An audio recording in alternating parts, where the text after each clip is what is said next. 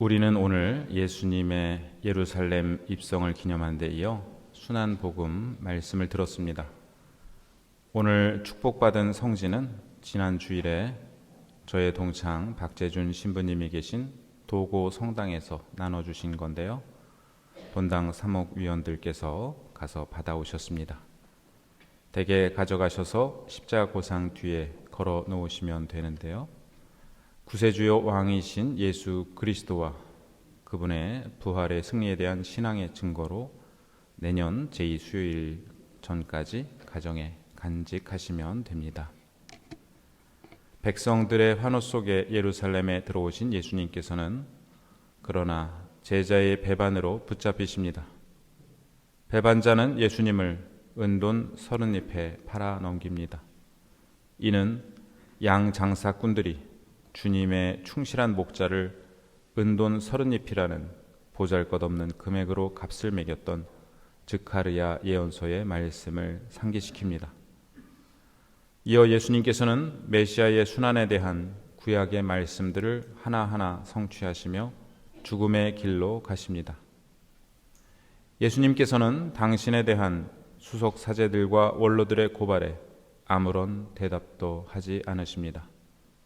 로마법에서 자신을 변호하지 않는 자는 유죄로 간주되었기에 예수님의 침묵은 빌라도를 놀라게 하였습니다.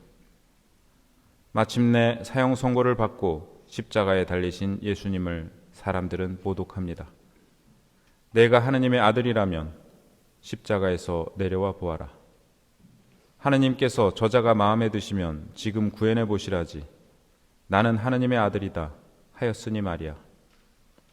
이는 사순 제1주일 복음에서 악마가 예수님을 유혹할 때 했던 말입니다. 당신이 하느님의 아들이라면 밑으로 몸을 던져보시오. 낮 12시부터 어둠이 온 땅에 덮여 오후 3시까지 계속됩니다. 아모스서에 다음과 같은 말씀이 나옵니다. 그날에 나는 한낮에 해가 지게 하고 대낮에 땅이 캄캄하게 하리라. 나는 모든 사람이 외아들을 잃은 것처럼 통곡하게 하고 그 끝을 비통한 날로 만들리라. 오후 3시쯤 예수님께서 큰 소리로 부르짖으십니다. 엘리 엘리 레마 사박타니. 나의 하느님 나의 하느님 어찌하여 나를 버리셨나이까. 이 말씀은 메시아의 순환을 예고한 시편 22장의 첫 구절입니다. 사람들의 멸시와 조롱, 무리가 둘러싸 손과 발을 묶고 당신의 옷을 놓고 제비를 뽑는 등 예수님 순환 때 일어난 많은 일들이 이미 이 시편에 예고되어 있습니다. 그러나 그분은 너희의 머리카락까지 다 세워두셨다. 그러니 두려워하지 마라 라고 말씀하셨던 하느님의 아들께서 차마 아버지라 부르시지도 못하고 나의 하느님 나의 하느님 어찌하여 나를 버리셨나이까라 외치신 것은 충격적입니다. 이 절망적인 울음이 메시아의 마지막 말씀이어야만 했을까요? 캐나다의 한 기자가 보육원을 방문했다고 합니다. 그런데 다른 보육원과 달리 여기서는 아이들의 울음소리가 들리지 않았습니다. 이유를 물었더니 보육사의 수가 부족해서 아이들이 울어도 일일이 가지 못했다고 합니다. 그러자 아이들은 점차 울지 않게 되었다는 것입니다. 울어도 아무도 듣지 않는 것 같았기 때문입니다. 길을 가다가 넘어진 아이는 즉시 울지 않습니다. 엄마가 달려가서 괜찮냐고 물어보면 그제서야 울음을 터뜨립니다. 엄마가 옆에 없으면 울음을 참고 집까지 가서 엄마를 본 후 울기 시작합니다. 아이는 왜 우는 것일까요? 엄마 들으라고 우는 것입니다. 우리는 왜 우는 것일까요?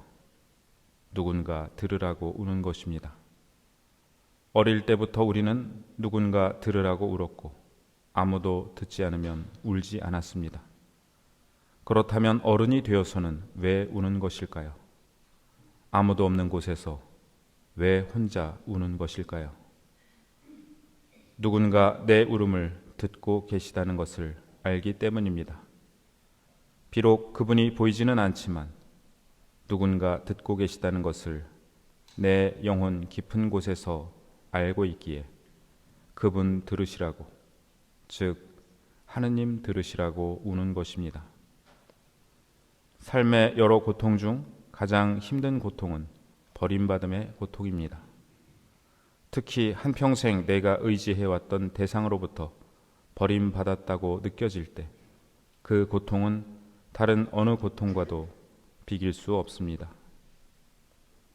하느님께서는 우리를 지극히 사랑하시어 우리와 하나가 되기를 바라셨습니다. 그러나 우리의 모든 고통에 함께 하시는 하느님께서 직접 겪으실 수 없는 고통이 있었습니다. 하나는 죽음이었고 다른 하나는 버림받음이었습니다. 하느님이시기에 죽으실 수 없었고 삼위일체의 친교 안에 계시기에 버림받으실 수 없었습니다. 하느님께서는 이 두 가지를 겪기 위해 인간이 되셨고 죽으셨습니다. 또한 당신의 제자들에게서, 당신을 따르던 군중들에게서, 당신의 동족들로부터, 또한 이방인들에게까지 버림받으시고 마침내 하느님 아버지에게조차 버림받으심을 느끼시며 돌아가십니다. 우리와 온전히 하나가 되신 것은 사람이 되심으로써가 아니라 사람으로서 겪을 수 있는 가장 큰 고통을 함께 겪으심으로써 이루어졌습니다. 나의 하느님, 나의 하느님, 어찌하여 나를 버리셨나이까? 이 말씀 안에서 예수님은 우리와 하나가 되시고 절망 가운데 있는 모든 이들과 하나가 되십니다. 전쟁으로 고통받는 이들, 죽음을 앞에 두고 두려움 중에 있는 이들, 병으로 고통받는 이들, 미래에 대한 불안으로 고통 중에 있는 사람들, 사랑하는 사람을 잃은 이들, 배반의 상처를 받은 사람들, 그 외 우리가 겪는 모든 고통의 심연 한가운데서 예수님은 우리와 하나 되어 외치십니다. 나의 하느님, 나의 하느님, 어찌하여 나를 버리셨나이까? 이 예수님의 외침은 그러나 역설적으로 누군가 이 외침을 듣고 계시다는 것을, 가장 절망적인 상황에서도 그것에 대해 따질 수 있는 누군가 계시다는 것을 보여주고 계십니다. 예수님께서는 다시 큰 소리로 외치시고 나서 당신의 영을 떠나보내십니다. 그 때문에 땅이 뒤흔들리고 온 주민이 통곡하지 않겠느냐는 아모스 예언자의 말처럼 땅이 흔들리고 여러 가지 일들이 일어나자 이방인인 백인 대장이 말합니다. 참으로 이분은 하느님의 아드님이셨다. 예수님께서는 이처럼 십자가에서 내려오시는 기적을 통해서가 아니라 십자가에 달려 돌아가심으로써 당신이 하느님의 아들이심을 보여주십니다. 그리하여 시편 22장의 말씀이 마침내 이루어집니다. 세상 끝이 모두 생각을 돌이켜 주님께 돌아오고 민족들의 모든 가문이 그분 앞에 경배하리이다. 이제 우리는 사순 시기를 마무리하는 거룩한 성주간으로 접어들었습니다. 이 성주간 동안 예수님의 순환을 먼 발치에서 기념할 것이 아니라 그리스도와 함께 죽고 다시 살아나는 파스카 신비 안으로 들어가야겠습니다. 이번 성주간 나는 어떤 버림받음 속에 주님과 함께 하겠습니까?